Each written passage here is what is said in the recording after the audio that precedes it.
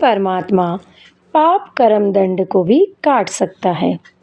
अभी तक जिस भी संत व महापुरुष से मिले उन्होंने यही बताया कि पाप कर्म फल भोगने से ही समाप्त होगा।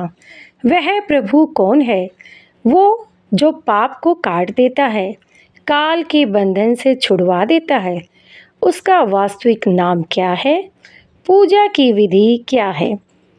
ये सभी प्रश्नवाचक चिन्ह पूर्ण रूप से हटाने के लिए अवश्य सुने जगत गुरु तत्वदर्शी संत रामपाल जी महाराज के अमृत वचन, सभी पवित्र शास्त्रों के आधार पर। सत साहेब। तब के विष्णु जी ने कहा कि तूने क्या था? मैंने सारी इंद्रियां बेकाबू कर दिया। तब नारद जी बोले, भगवान आप तो कसूते हो। तो कहने का भाव यह कहते हैं कि श्रृंगी ऋषि को सार चबाए, नारद पूत बहतर जाए, काम देव दग देव गाता, पारा ऋषि पुत्री संगराता। एक पारासर नाम के ऋषि, शादी होगी, शादी हुई, शादी होते ही अपनी पत्नी को छुआ तक नहीं और कहा मैं तो जंगल में तप करूंगा। अब उसकी पत्नी कहती है कि आप अच्छे महापुरुष हो, आज शादी हुई है, अब तुम घर छोड़ के जा रहा, या तो शादी ना करवाता या बाद में करवा लेता। तो कहता है कि पहले मैं तप करके आऊंगा, साधना करूंगा, अच्छी संतान उत्पन्न होगी। ये करके बहाना चल पड़ा। तो फिर कहा कि मैं जब कुछ साधना कर लूंगा तेरे पास बीज शक्ति भेज दूंगा, तुझे गर्व रहेगा। अब पारा ऋषि ने 10 वर्ष 11 वर्ष साधना की, एक कव्य को अपनी बीज शक्ति दे दी कि तू ले जाकर मेरी पत्नी को देना। एक सिद्धि होती है। वो कौवा उसको एक पत्ते में लिए हुए आ रहा था और एक दरिया के ऊपर से जा रहा था। कौवे के मुख से वो पत्ता छूट गया और वो शक्ति जो है एक मछली ने खा ली। उस मछली के अंदर एक लड़की बन गई। वो लड़की को एक धीमर ने, मछियारे ने, और वो बोटिंग का भी काम करता था, नाविक ने, वो मछली धीरे धीरे काटी। उसको पता होता है उनको कि इसमें कोई वस्तु मिल जाती है। तो उसमें एक लड़की, बिल्कुल लड़की पाई और उसका फिर उसने अपनी पुत्री की तरह उसकी परवरिश की। जब वो लड़की 12-13 वर्ष की होगी, एक वर्ष के बाद उसने 2 वर्ष के बाद वो शक्ति भेज दी। तो जब वो लड़की 13-14 वर्ष की होगी, उधर से ऋषि अपनी साधना करके वापस आ रहा है। उस दरिया के किनारे आके खड़ा हो जाता पारासर ऋषि। उस समय वो लड़की जो है, जो पारासर ऋषि की ही बेटी समझो, जो उसी के बीज शक्ति से मछली के अंदर उत्पन्न हुई थी, वो लड़की अपने मछियारे पिता की रोटी लेकर आई हुई थी, वो नाविक की, मल्लाह की, और वो मल्लाह रोटी खा रहा था। पारासर ऋषि आया, उसने कहा कि मल्लाह मुझे पार करो, शीघ्र जाना है। उस मल्लाह को पता था कि इधर जो वन से संत आते हैं, ऋषि आते हैं, ये तोब बनकर आते हैं, ये साधना करके आते हैं, इनमें सिद्धियां होती हैं, और जरा सी इनकी बात की अवहेलना होगी तो ये श्राप दे देते हैं। तो उसने कहा महाराज मैं तो खाना खा रहा हूं, जरा सा आप इंतजार करो। तो उसने कहा कि नहीं, मुझे इतना समय नहीं है। तो उसने कहा बेटी, अपनी पुत्री से कहा कि जा बेटी तू ऋषि को दरिया से पार करा, नौका चला ले जा।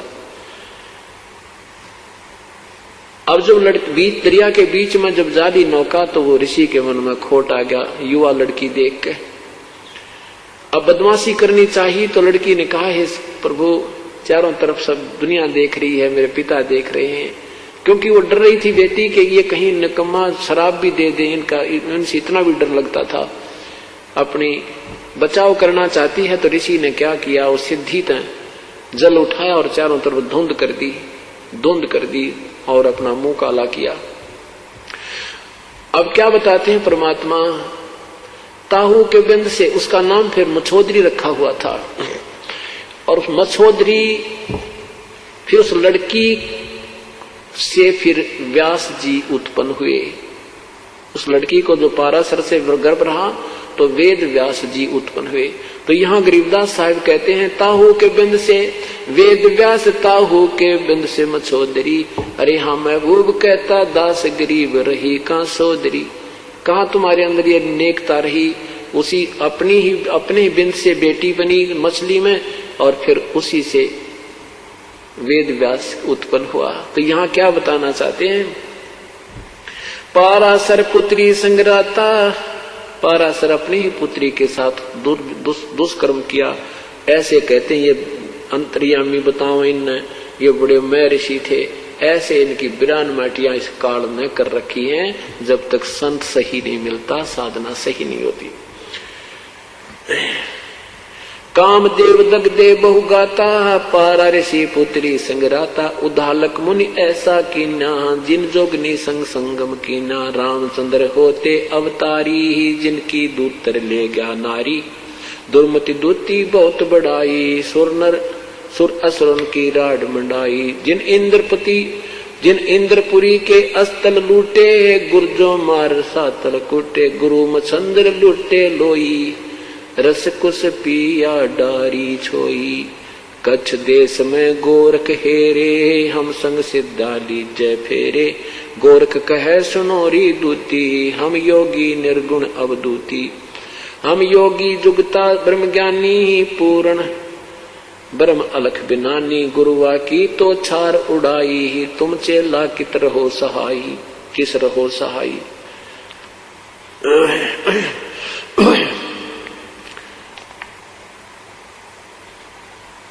उल्टा बिंद चला हूं पारा, हम योगी पूर्ण करतारा। यग रची जद पांडो, यग रची जद पांडो, जब यग रची जब पांडो राजा। नौ नाथों नहीं नादू बाजा। सिद्ध 84 सिद्ध रिधि सब मोहे, पूर्ण ब्रह्म ध्यान जो है। कोट 33 यज्ञ के माही, सुर नर मुनि जन गिनती नाई। 56 कोट जहां थे जादो, जिनसे नहीं बाजा नादो। अरबों वक्ता वेद उचारी, ना यज्ञ भई यज्ञ संपूर्ण सारी। सठ दर्शन की गिनती नाही, अनाथ जीव जी में वो माही। क्या बताते हैं कि जिसमें अब शास्त्र विरुद्ध साधकों और शास्त्रानुकूल साधनों की साधक की तुलना करते हैं, निष्कर्ष दिया है। गीता जी में आपने सुना होगा,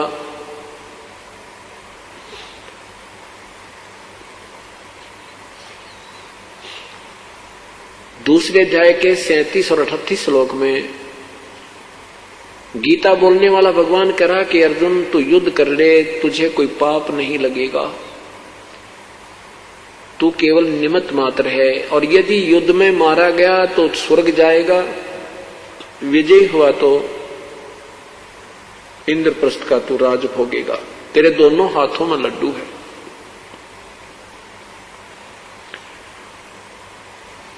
और फिर क्या होता है कि युद्ध में पांडव विजयी होते हैं, कौरव पराजित हो जाते हैं, विनाश हो जाता है।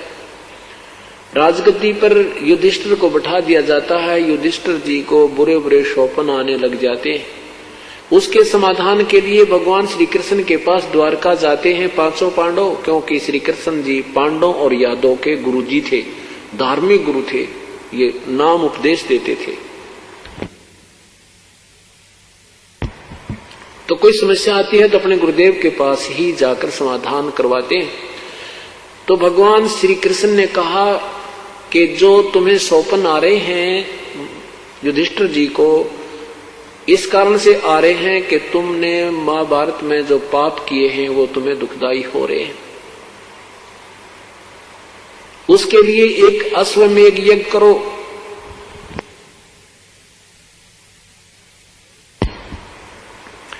और उसमें सारे पृथ्वी के महापुरुषों को, संतों को, भक्तों को आमंत्रित कीजिए। ज्यादा से ज्यादा जितने जीव आपके यज्ञ में आहार करेंगे उतना ही पुण्य अधिक होगा। और उसमें एक शर्त रखी कि तुम्हारी यज्ञ संपूर्ण होने का एक लक्षण होगा कि एक पंचजन, एक पांच मुख का एक शंख रखा जाएगा एक सुसज्जित स्टेज पर, और जब सभी भोजन खा लेंगे उस यज्ञ में वो शंख अपने आप आवाज करेगा। अगर उस शंख ने आवाज कर दी तो तुम्हारा यज्ञ संपूर्ण हुआ, और शंख नहीं आवाज करेगा तो यज्ञ संपूर्ण नहीं होगा, तुम्हें कोई लाभ नहीं होगा। उसके लिए दूर दूर से साधु संत बुलाओ और किसी महापुरुष के भोजन खाने से वो शंख आवाज करेगा। अब यहाँ अर्जुन देखता है कि भगवान गीता का ज्ञान देते समय तो कह रहा था तुम्हें कोई पाप नहीं लगेगा, अब कह रहे हैं कि तुम्हें वो युद्ध में किए हुए पाप ही दुखदाई हो रहे हैं। इस यज्ञ में करोड़ों रुपए लगना था, और भाई युधिष्ठिर का दुख निवारण तब होना था। अब अर्जुन के मन में आता है कि भगवान तब तो कह रहे थे कि तुम्हें पाप नहीं लगेगा, आज कह रहे हैं पाप लगेगा। अब मैं इसे प्रश्न करूंगा तो भाई ये सोचेगा कि ये लाखों करोड़ों रुपया लगता दिखाई देता है, अर्जुन बौखला गया है और वाद विवाद कर रहा है, कहीं ये मेरे इस इलाज में प्रसन्न ना हो। और अर्जुन को पता था कि युधिष्ठिर ऐसी नेक आत्मा है, अगर इसको जरा भी आभास हो गया कि मैं ये प्रश्न करूंगा और ये महसूस कर जाएगा कि पैसे लगते दिखे, इसलिए ये भगवान से वाद विवाद कर रहा है, तो वो चुप हो गया कि मैं अब नहीं बोलता। अब अगर मैं पूछूंगा कि आप क्या कह रहे थे कि आप तुम्हें पाप नहीं लगेंगे, आप कह रहे हो वो पाप तुम्हें लगे, जबकि मैं युद्ध से मना कर रहा था। अर्जुन नहीं बोला, सब्र किया, संतोष किया, अपने मन को मार लिया, चुप हो गया और कहा प्रभु जैसे तुम कहोगे ऐसा ही होगा। कहते हैं जब यज्ञ का एक स्थान नियुक्त किया, दिन निहित किया भगवान श्री कृष्ण जी ने, भगवान श्री कृष्ण भी उपस्थित हुए, 33 करोड़ देवता, 88,000 ऋषि, 56 करोड़ यादव भी वहां पर विद्यमान थे उस यज्ञ में, और 9 नाथ 84 सिद्ध, ये वशिष्ठ मुनि जैसे महापुरुष ये सारे उसमें विद्यमान थे, 9 नाथ भी विद्यमान थे, गोरखनाथ जैसे 84 सिद्ध भी विद्यमान थे, ब्रह्मा विष्णु महेश श्री कृष्ण आदि भी वहीं पर विराजमान थे, और सबने भोजन खा लिया पर शंख नहीं बजा। फिर किससे वो शंख बजा?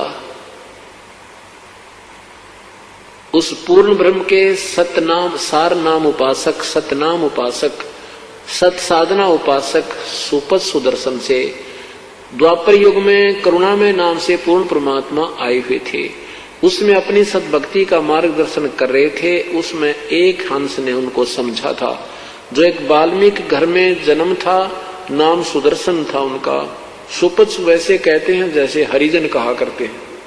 सब कर्मों को तू जानकर मोक्ष को प्राप्त होगा, इसका ये अर्थ बनता है। इन्होंने क्या लिखा है, अनुवाद गलत कर दिया इन्होंने। इस प्रकार बहुत तरह के यज्ञ, इन्होंने ब्रह्मणे का अर्थ वेद लिख दिया। वेद की मुखे माने वाणी में। अब इसका ये अर्थ है कि परमात्मा पूर्ण ब्रह्म, पूर्ण ब्रह्म परमात्मा ने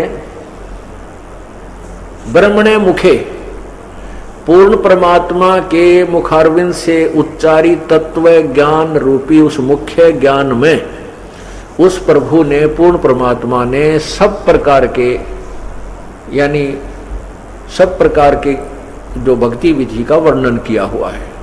अब 33 और 34 में निर्णय होता है कि उस ज्ञान को जो उस पूर्ण परमात्मा ने अपने मुख कमल से बोला है, अर्थात वो सब संवेद कबीर वाणी, उसकी उस ज्ञान को समझने के लिए तू तत्वदर्शी संतों की शरण में जा।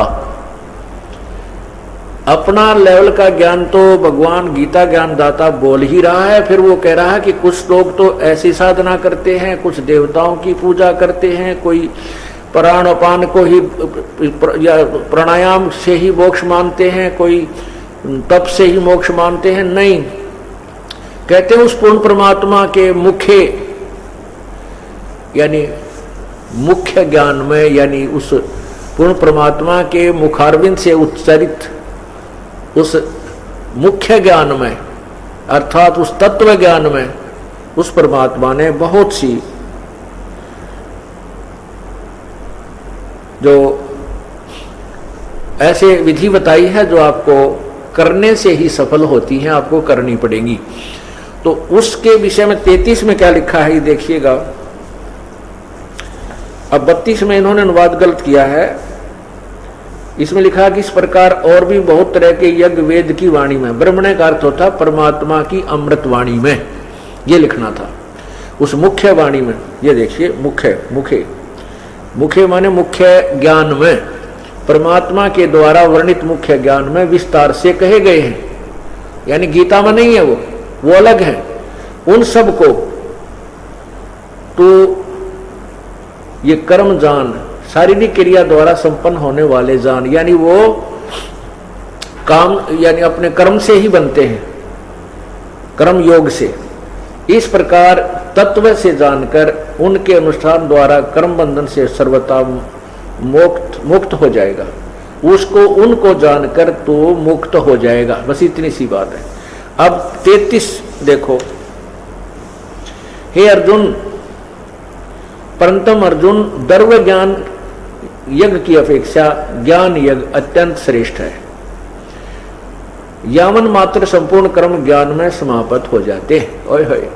अब क्या बताया है कि द्रव्य ज्ञान से, द्रव्य ज्ञान, द्रव्य यज्ञ से, द्रव्य यज्ञ माने जैसे आप बिना ज्ञान समझे किधर भंडारा करवा देते हो, कहीं पर जाकर के आप कोई और कार्य दान दून कर देते हो धन से, कहते ऐसे दान करने की अपेक्षा तू ज्ञान को समझ, उस पूर्ण परमात्मा के द्वारा दिए गए उस तत्व ज्ञान को समझ। उस ज्ञान द्रव्य यज्ञ की अपेक्षा ज्ञान यज्ञ, अब ये तत्व ज्ञान रूपी जो सत्संग आपको सुना जा रहा है, ये ज्ञान यज्ञ है। और द्रव्य यज्ञ जैसे श्रद्धालु लोग जहां जाते हैं, किसी मंदिर में 1 लाख रुपये दान कर दिया, उसको पुजारी दुरुपयोग करते हैं क्योंकि वो शास्त्र अनुकूल साधना नहीं होती है।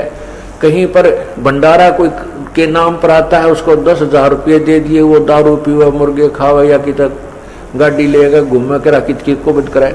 तो ऐसे कहते हैं इस द्रव्य यज्ञ को आंख मीच कर तो तुम दान करते हो अंधविश्वास युक्त होकर, ऐसा मत करो।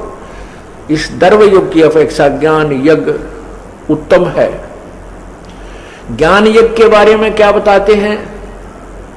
कहते हैं ज्ञान यज्ञ जब तुम्हें हो जाएगा, अर्थात तत्व ज्ञान तुम्हें प्राप्त हो जाएगा, फिर आपके अन्य कर्म जो तुम अज्ञानतावश करते हो, शास्त्र विधि त्याग कर मनमानी पूजा करते हो, वो फिर समाप्त हो जाएंगे।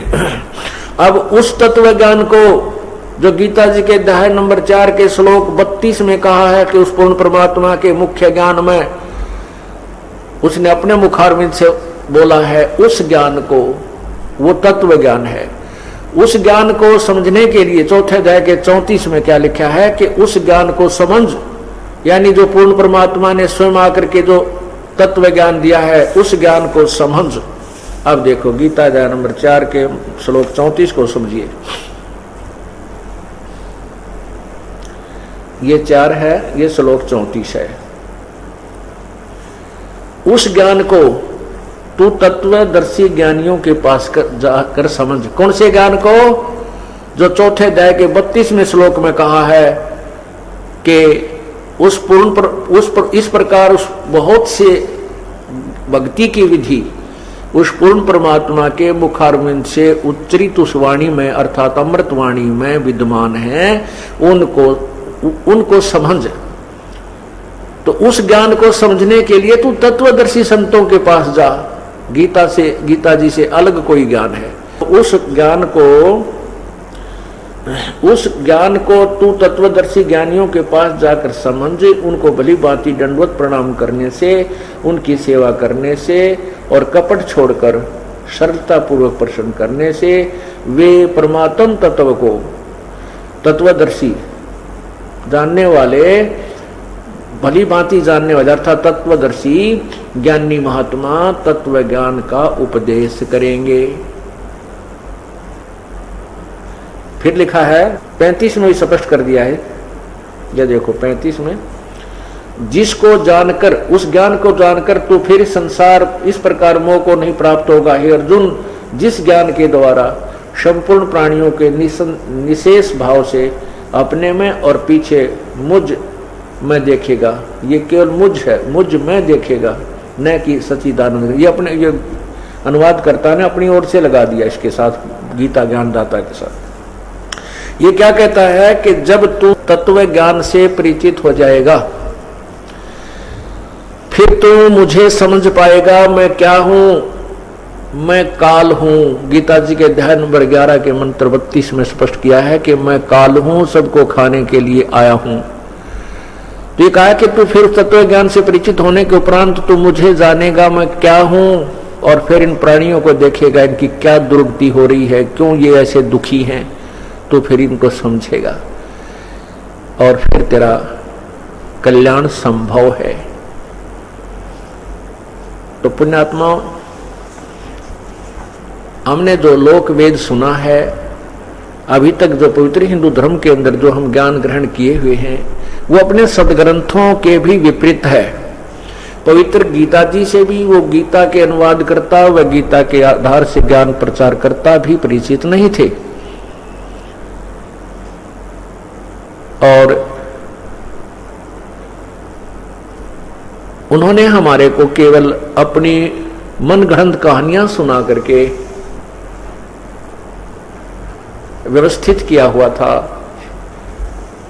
हमारे को सेट कर रखा था। अब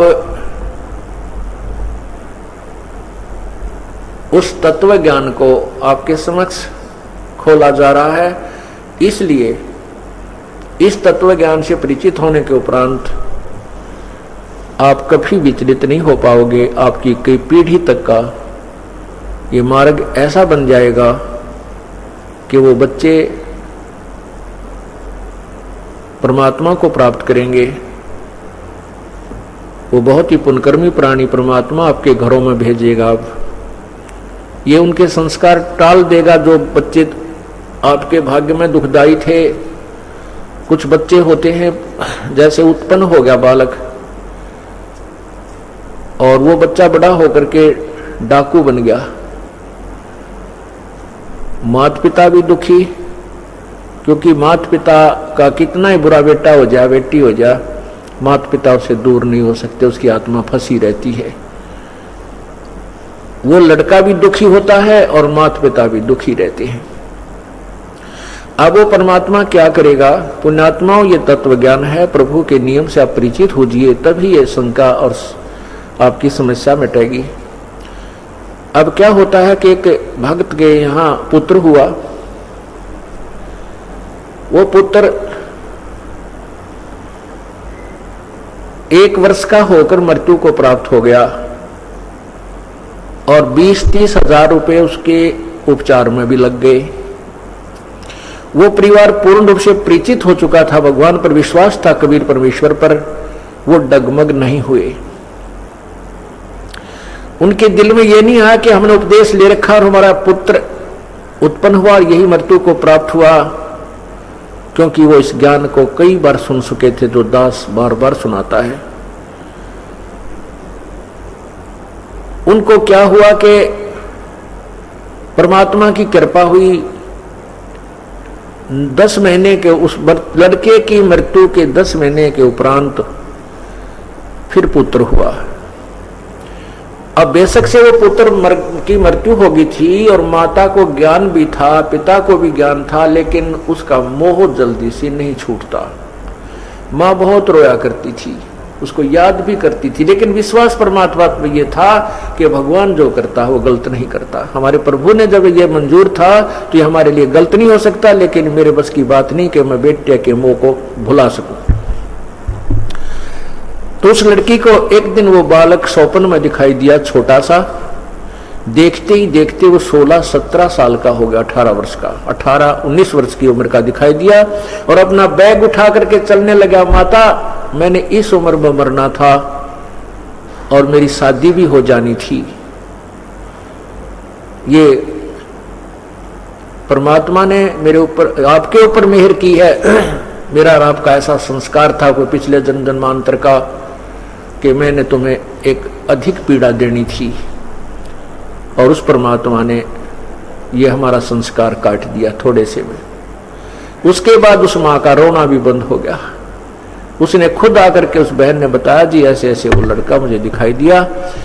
पर ज्ञान तो हम पहले भी सुनते थे, विश्वास भी था, लेकिन और दृढ़ विश्वास हो गया, और जो ममता मुझे सता रही थी वह भी खत्म होगी।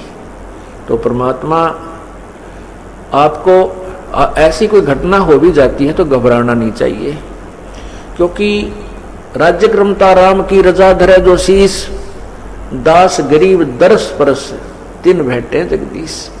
यदि वो बहन उससे विचलित हो जाती और रास्ता छोड़ देती, वो रोग तक काट दिया था परमात्मा ने, संस्कार तो चेंज कर ही दिया था, वो तो दयालु है, फिर नहीं देते उस दुख को, लेकिन और दुख बहुत हो जाते हैं।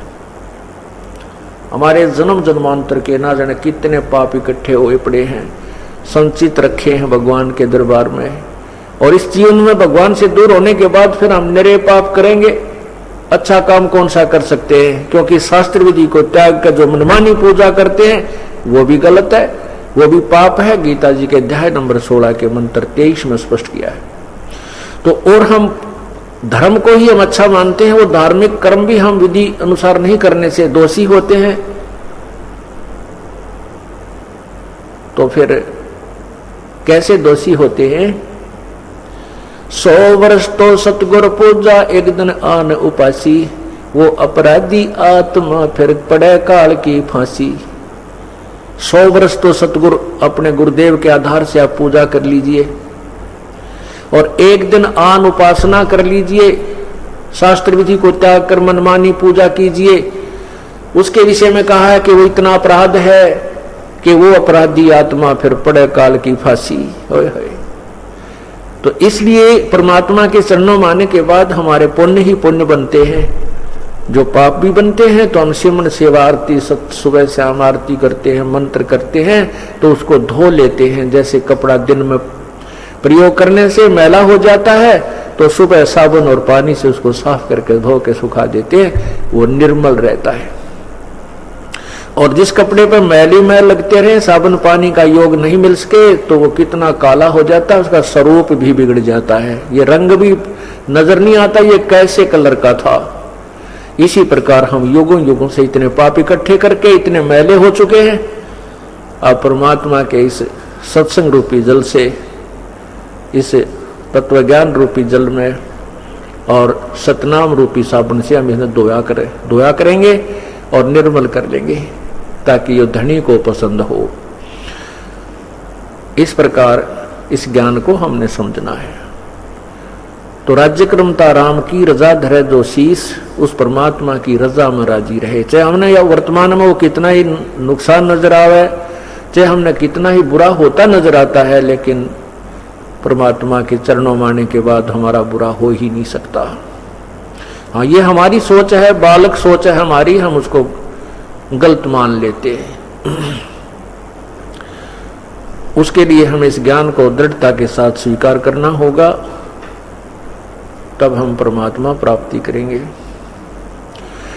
अब हम क्या बताना चाह रहे थे आपको कि जैसे हम सुना करते थे ब्रह्मा विष्णु महेश, ये सर्वशक्तिमान श्री विष्णु जी, श्री शिव जी, और फिर बहुत से उदाहरण भी सुना करते थे कि जैसे एक राक्षस था जो ना श्री विष्णु जी से मर रहा था। एक मधु और कैटब नाम के दो राक्षस थे। भगवान विष्णु ने 5000 वर्ष तक उनसे युद्ध किया। श्रीमद देवी भागवत महापुराण 3 स्कंद में वर्णन है। और वो 5000 वर्ष तक भगवान विष्णु से वो राक्षस नहीं मरे। फिर देवी दुर्गा ने अपने कटाक्ष से, अर्थात अपने एक मोहित करने वाले अदा से, अंदाज से उनको अपनी तरफ आकर्षित किया। वो दूरदृष्टि से उस माता को, बहन को देखने लगे। जब श्री विष्णु जी ने उन्हें मार डाला। एक राक्षस था, वो किसी से नहीं मर रहा था। भगवान विष्णु से कहा गया कि वो देवताओं से नहीं मर रहा था।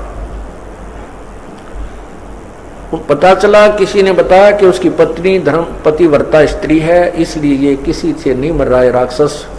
इसकी पत्नी का पतिव्रता धर्म नष्ट किया जाए तब ये राक्षस मरेगा, विष्णु पुराण में लिखा है। तो कहते हैं फिर वो भगवान विष्णु जी को यह कार्य सौंपा गया। भगवान विष्णु ने उस राक्षस का रूप बना करके उस स्त्री के, उसकी पत्नी के साथ मिलन किया। उसके बाद वो राक्षस मरा, उसका पति भरता धर्म खंड कर दिया। अब ये विचार करने की बात है कि समर्थ जो थे, अगर वो श्री ब्रह्मा विष्णु महेश जी समर्थ होते तो ये राक्षस लोग इनके आड़े नहीं आ सकते थे। इस तरह के जो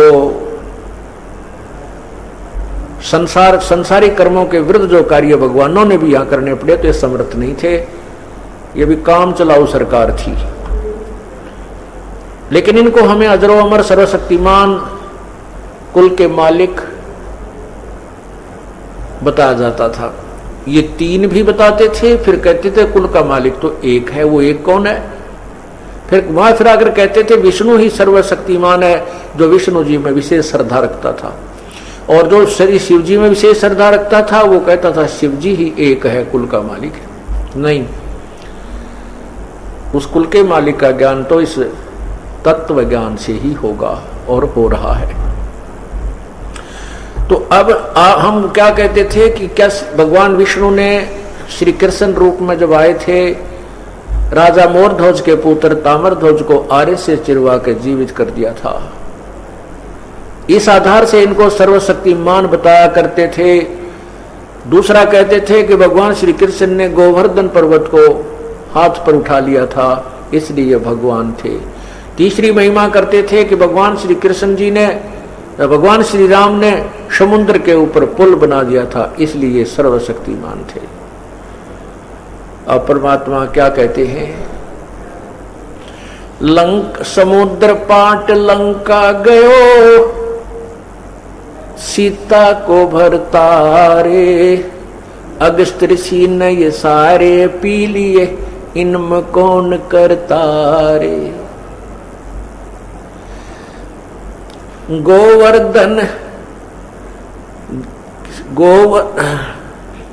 गोवर्धन श्री कृष्ण धारो, द्रोण गिरी हनुमंते, और शेष नाग सब सृष्टि उठारा, इनमें कौन भगवंते। कि जैसे आपके दंत कथा पौराणिक कथाओं में ये लिखा है, आप बोलते हो कि शेष नाग ने सभी ब्रह्मांडों को अपने सिर पर रखा हुआ है, उठा रखा है, और फिर तुम इस एक पत्थर को उठाने मात्र से, एक पहाड़ को उठाने मात्र से श्री कृष्ण जी को ही परमात्मा सर्वशक्तिमान मानते हो। तो हनुमान जी ने द्रोणागिरी पर्वत उठाया था, और शेष नाग फिर सारी पृथ्वी सृष्टि उठा रहा है, जिस पर पृथ्वी भी रखी है। तो अगर इस दृष्टिकोण से, इस आधार से तुम प्रभु मानते हो, तो इनमें कौन सा भगवान होया? शेष नाग भगवान हुआ, या श्री कृष्ण भगवान हुआ, या हनुमान जी भगवान हुए? परमात्मा क्या बताते हैं?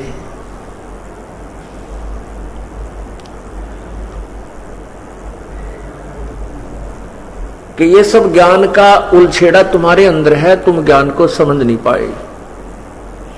काटो बंधन विपत में, कठिन करो संग्राम, चिन्हो रे नर प्राणिया, वो गरुड़ बड़ो अकराम।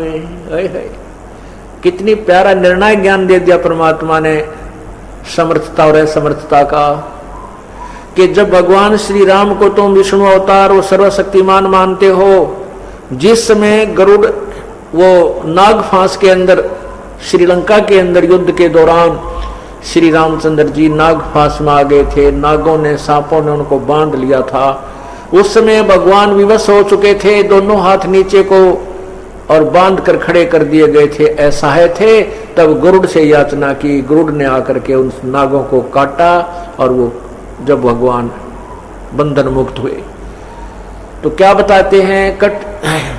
काटे बंधन विपत में, कठिन कियो संग्राम, चिन्हो रे नर प्राणिया, ये गरुड़ बड़ा अकराम। ये तुम्हारा राम बड़ा है या गरुड़ शक्तिशाली हुआ? अब जैसे प्रसंग चल रहा था कि श्री कृष्ण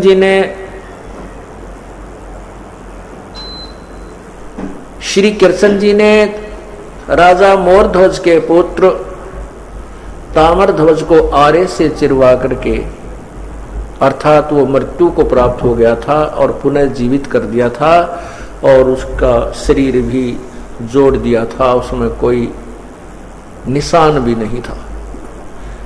इतनी शक्ति ये भगवान रखते हैं, इसलिए इनको भी प्रभु की संज्ञा में लिया जाता है। लेकिन जैसे विचार कीजिए, प्रभु की परिभाषा से भी हम अभी तक परिचित नहीं थे।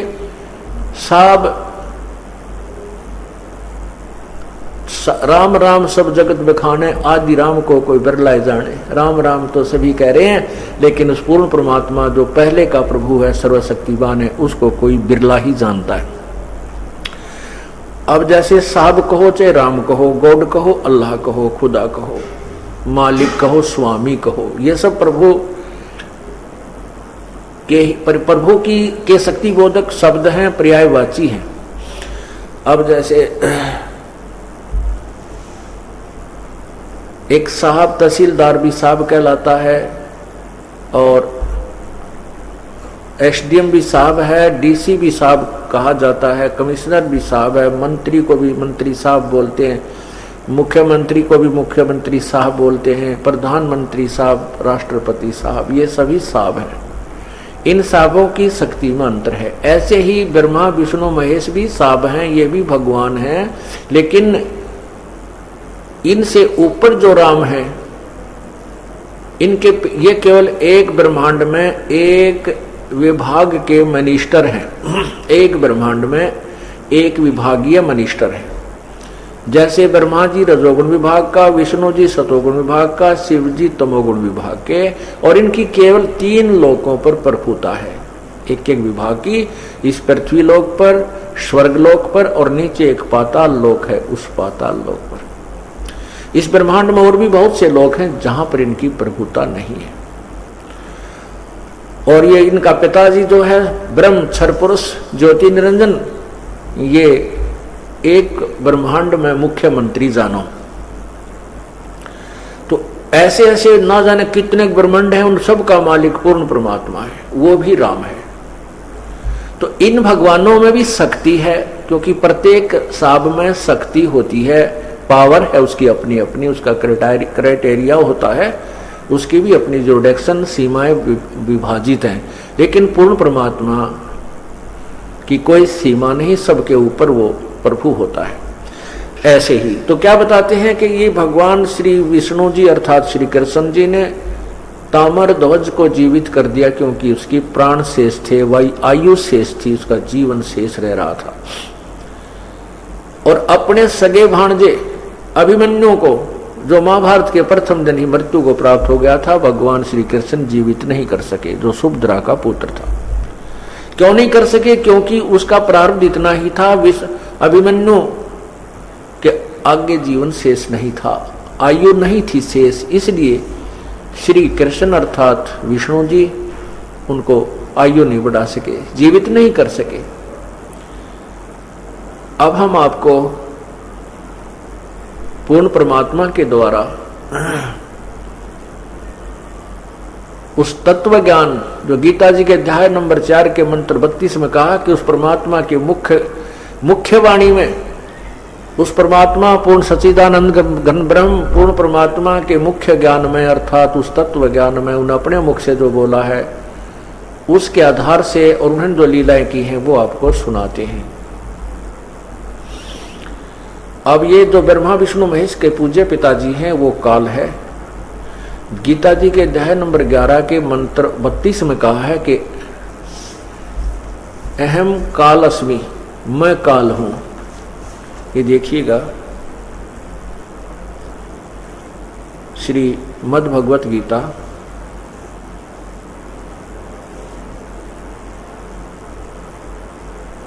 और इसके अध्याय नंबर 11 के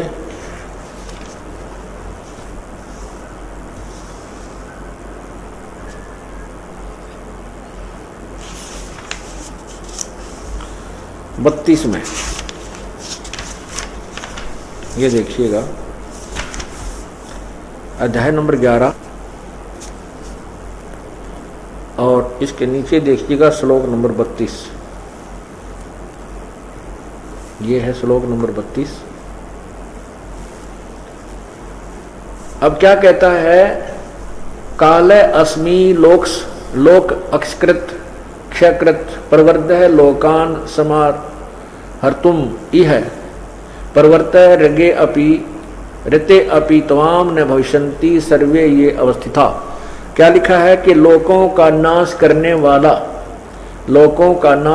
वाला बड़ा हुआ काल हूँ, काल अस्मि, काल हूँ, इसमें इन लोगों को नष्ट करने के लिए प्रवृत्त हुआ हूँ। जो प्रतिपक्ष की सेना में सतीथ योद्धा लोग हैं वो तो युद्ध ना करेगा तो भी नहीं रहेंगे, वे सब तेरे बिना भी नहीं रहेंगे, अर्थात तेरे युद्ध ना करने से भी इन सब का नाश हो जाएगा। अब गीत ये अर्जुन कह रहा है 11वें अध्याय के 21वें श्लोक में क्या बताता है, ये देखिएगा। आंखों देखा हाल अर्जुन देख रहा है उस बड़े हुए काल को। ये देखिएगा 21 में, वे ही देवताओं के समूह आप में प्रवेश करते हैं और भयभीत होकर हाथ जोड़कर आपके नाम और गुणों का उच्चारण करते। महर्षि और सिद्धों के समुदाय कल्याण हो स्वस्ति कल्याण हो ऐसा कहकर उत्तम उत्तम स्तोत्रों द्वारा आपकी स्तुति करते हैं। और फिर क्या कहते हैं,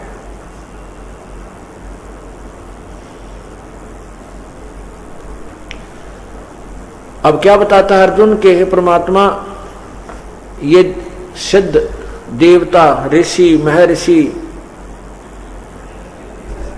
ये देवता लोग भी को भी आप खा रहे हो, इन सिद्धों और महर्षियों को भी आप खा रहे हो, आपके मुख में प्रवेश कर रहे हैं।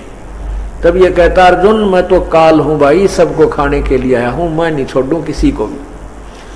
तो कहने का भाव यह है, ये काल है और ये काल डरे करतार से, जय जय जय जगदीश से, जोरा जोड़ी झाड़ता पगरज डार सी से।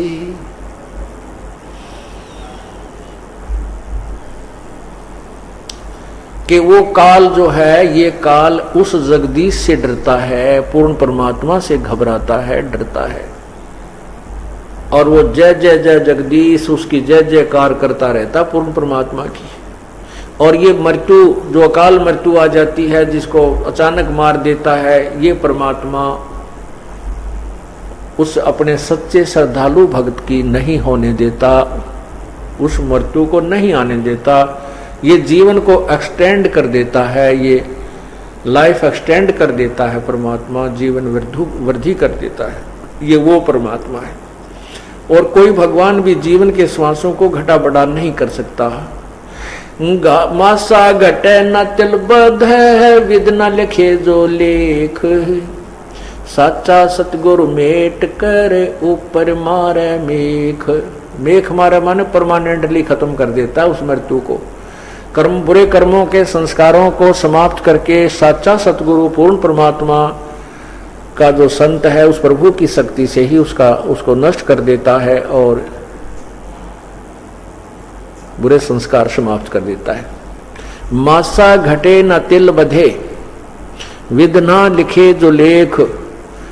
जो संस्कारवश प्रारब्ध में जो भी आपके लिखे गए हैं संस्कार, जो आपके कर्मानुसार हैं, वो अन्य परमात्माओं की पूजा से, अन्य देवताओं की पूजा से समाप्त नहीं होते, उनमें कोई परिवर्तन नहीं होता।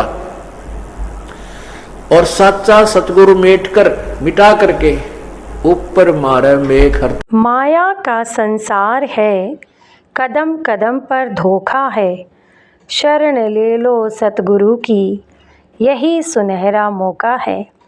ऐसे ही आध्यात्मिक वीडियो देखने के लिए हमारे चैनल को सब्सक्राइब करें। बोलो बंदी छोड़ सतगुरु रामपाल जी महाराज की जय। सत साहिब।